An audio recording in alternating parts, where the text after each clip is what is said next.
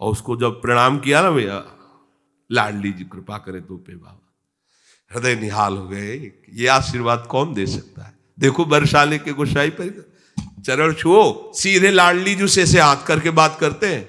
लाडली जू, आपको विश्वास नहीं? अगर विश्वास कर लो तो लाडली जू उनके कर कमल से सेवित है, वो जो कह रहे हैं वही लाडली जू करेंगी। भोरी सरकार है, पर हमें मनिलता मन की होने के कारण इन सब भाव पर विश्वास नहीं रहता। कह रहे कोई भी तपस्वी उसकी समानता नहीं कर सकता। जिसकी जिह्वा के अग्रभाग पर, उसने सारी तपस्याएं कर ली, सारे तीर्थ स्नान कर लिए, भागने की जरूरत नहीं, राधा राधा बोलो।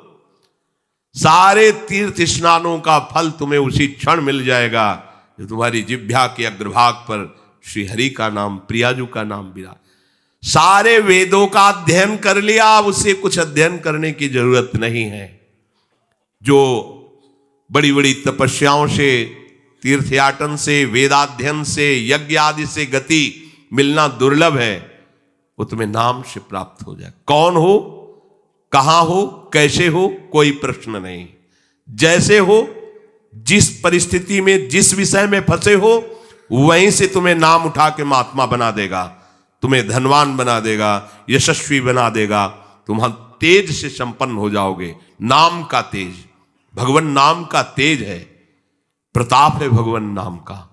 एक बार नाम आप बसा के तो देखो हृदय में, जोर से आलाप लोगे नाम का, प्रकृति का परिवर्तन हो जाए। अरे स्वामी का नाम है, सुमिर पवन सुत पावन नामू अपने बस करी राखे।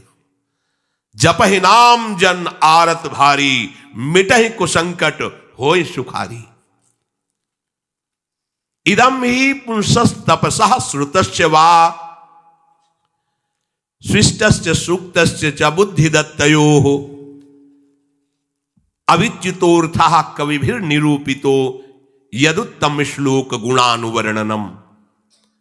बड़े बड़े वेदनिष्ठ ब्रह्म ऋषियों ने निश्चय किया है कि भगवान के नाम का निरंतर जप, गुण कीर्तन, इससे बड़ा कोई तप नहीं है, कोई वेदाध्ययन नहीं, कोई यज्ञ नहीं, कोई ज्ञान या कोई दान इससे बढ़कर के नहीं है। बस प्रभु के नाम में तुम्हारी प्रीति हो जाए। कलिम सभाजयंत्यार्या गुणज्ञाः सारभागिनः, यत्र संकीर्तने नैव सर्वः स्वार्थो भी लप्यते। न हृतः परमो लाभो देहिनां भ्राम्यतामिहि, यतो विंदेत परमां शांतिम नश्यति संस्कृति। ये कलिकाल किसी को बख्शेगा नहीं, अगर नाम जप नहीं तो बुद्धि को भ्रष्ट कर देगा। इसका प्रभाव है कपट, चतुरता, बेईमानी और पापाचरण में रति, इसका प्रभाव है। कली इन दोषों से संपन्न है, पर एक इसका महान गुण है, जिसकी जिह्वा पे प्रभु का नाम होगा, इसके कोई भी दोष उसका स्पर्श नहीं कर सकते, और कली स्वयं भयभीत हो जाता है जिसकी जिह्वा पे नाम है। इसकी एक बड़ी प्रशंसा है, 10,000 वर्ष तपस्या करने पर जो फल मिलता है, 24 घंटे निरंतर नाम जप करने से मिल जाएगा। कलयुग की ये विशेष महिमा है। हम लोगों को भगवत प्राप्ति बड़ी सहज है।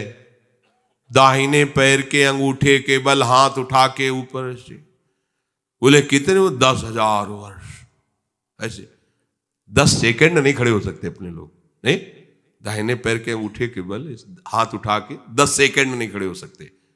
और वो अवश्य भगवान की प्राप्ति की बात नहीं कही गई, वो अलग अलग कामनाओं की अलग अलग लक्ष्य। 24 घंटे नाम कीर्तन करने से वो फल प्राप्त हो जो उनको 10,000 वर्ष ऐसे करने से। कलयुग का बड़ा प्रताप है।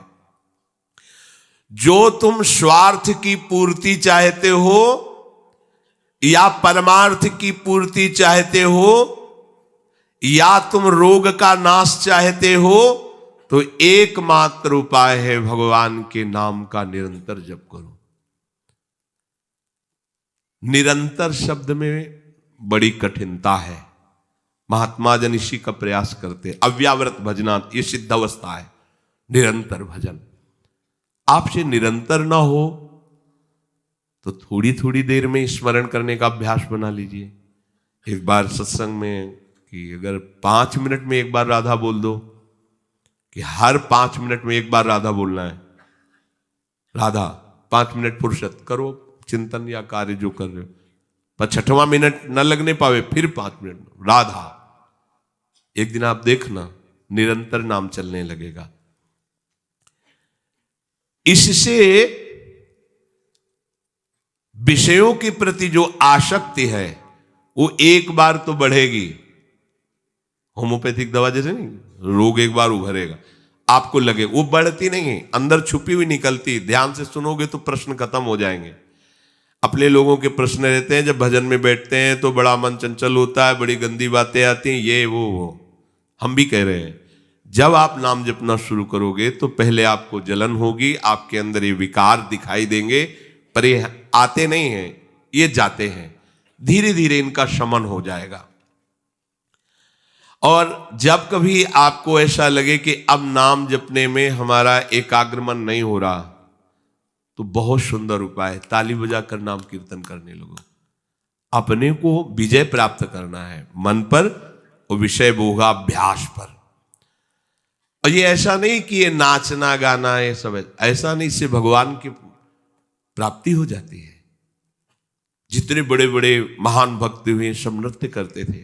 मीरा जी रात रात भर नृत्य करती गिरधर के सामने।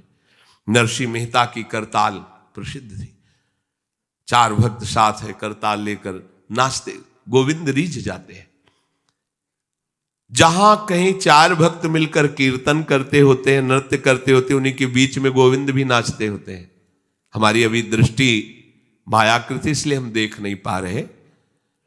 प्रह्लादस्तालधारी तरल गतितया चोद्धव कांस्यधारी वीणाधारी सुरसिंह स्वर कुशलतया राग करतार्जुनो भूत इंद्रो वादीन मृदंगम जय जय सुकराः कीर्तने ते कुमारा यत्रागे भाववक्ता सरस रचनया व्यास पुत्रो बभूव। एक बार इन बड़े भक्तों का मिलन हुआ।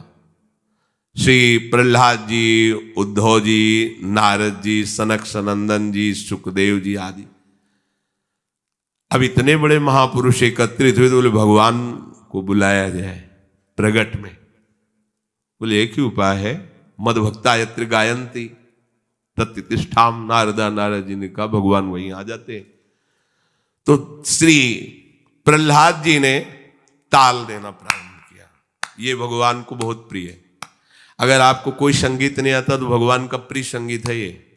राधा राधा राधा राधा राधा, ना किसी की जरूरत है और ना किसी के सहयोग की। ले भाई ढोलक हारमोनिया अगर नहीं बजा लेते हो, कोई राग नहीं आता, हम कह रहे कोई राग नहीं आता, राधा राधा राधा राधा ताल की, ये हमारा ताल बज रहा है। ये बहुत बहुत ही काम की बात है। आप मान लीजिए, आपको मन लगाने के लिए बहुत बढ़िया उपाय और भगवत प्रसन्नता का बहुत बढ़िया उपाय है। जहां आपका मन न लगे, शुरू आप देखना मन लग जाएगा। उद्धव जी ने मंजीरा उठाया। अब मंजीरा सब कोई न बजा पाए तो ऐसे ही उसको करते हो, राधा राधा राधा जय जय राधा वल्लभ श्री हरिवंश राधा वल्लभ से, वो आ जाएगा बजाना। हम ये देख रहे हैं कि प्रभु समस्त कलाओं से युक्त है और आप उनका गुणगान करो तो सीख जाएंगे। इतनी बड़ी बच्चे है, स्कूल ही नहीं गई, पूरी चतुरासी जी कंठस्थ सुधा निधि। आश्चर्य है, सुधा निधि के श्लोक बोलने में व्याकरण पढ़े हुए भी लड़खड़ा जाएंगे और ककहरा नहीं पढ़े, गई नहीं स्कूल। ये सर्वाश्चर्य में सकल विद्या विदित रहस्य श्री हरिवंश सहित। हमारी स्वामिनी सकल विद्या विदित है, आश्रय निर्मल हृदय ने लिया, वाणी प्रकाशित है। श्री चतुरासी जी कंठ, हम तो आश्चर्य, पर सर्वाश्चर्य में स्वामिनी जो, इसलिए क्या नहीं आपको ज्ञान हो जाएगा। आपको क्या पता नहीं चल जाएगा। जब प्रभु का पता चल गया तो सब उन्हीं में समाये हुए हैं, सब ज्ञान आ जाएंगे। श्री उद्धव जी ने मंजीरा उठाया और नारद जी का प्रसिद्ध वाद्य यंत्र तो वीणा जी है ही, और अर्जुन जी राग आलापने लगे। इंद्र ने मृदंग बजाना शुरू किया। सनक सनंदन बीच बीच में जय हो, ये कोई हंसी मजाक नहीं, जैसे कीर्तन में आप लोग बोलते हैं जय हो जय हो जय हो, आप बोलते हैं ना, ये साधारण बात नहीं है। भगवान बहुत प्रसन्न होते हैं इससे। बोले ये सनक सनंदन सनातन सनत कुमार बीच में नाम कीर्तन में जय ध्वनि बोलने लगे, जय हो जय हो, और सुखदेव जी भावभंगियां प्रकट करने लगे। जीव ही एक कीर्तन और नृत्य हुआ तो बीच में देखा प्रभु प्रकाशित हो गए। तासा मावीर भूत छोरी स्मयमान मुखाम जा, पीतांबर धरासरक भी साक्षान मत। और वो भी कोई खड़े लगे हुए, वो भी तो नटवर नागर हैं, सकल कलाओं में प्रवीण, तो प्रभु नृत्य कर रहे हैं, भक्त जन आसपास मृदंग में। कैसा आनंद! ये जो आनंद आपको आता है, तो आनंद कौन है जानते हो? श्री कृष्ण। सच्चिदानंद रूपाय, उनका रूप क्या है? आनंद। आपके हृदय में उमगल, सबके हृदय में भगवान आ रहे हैं। प्रभु बोले हमारा अनुभव नहीं हो रहा, मलिन यंत्र है, यही करते रहो। थोड़ा आनंद आया ना, अब पूरा आनंद आ जाएगा। और जिस दिन पूरा आनंद आया, उस दिन से फिर तुम्हें कोई घसीट नहीं पाएगा, माया का जो आकर्षण है। भगवत आदि पुरुषस्य नारायणस्य नामोच्चारण मात्रे निर्धूत कलिर्भवति। जो प्रभु श्री हरि का नाम उच्चारण मात्र करता रहता है, कोई भी कलयुग का दोष उसके अंदर, कलयुग बड़ा सूक्ष्म विषय है। देखो, गर्भ में ही जिनको भगवान का साक्षात्कार हो गया था, वो परीक्षित महाराज, देखा कि एक जो शूद्रवत आचरण करने वाला पैर से मार रहा है, डंडों से मार रहा है बैल को, बीच बीच में लात।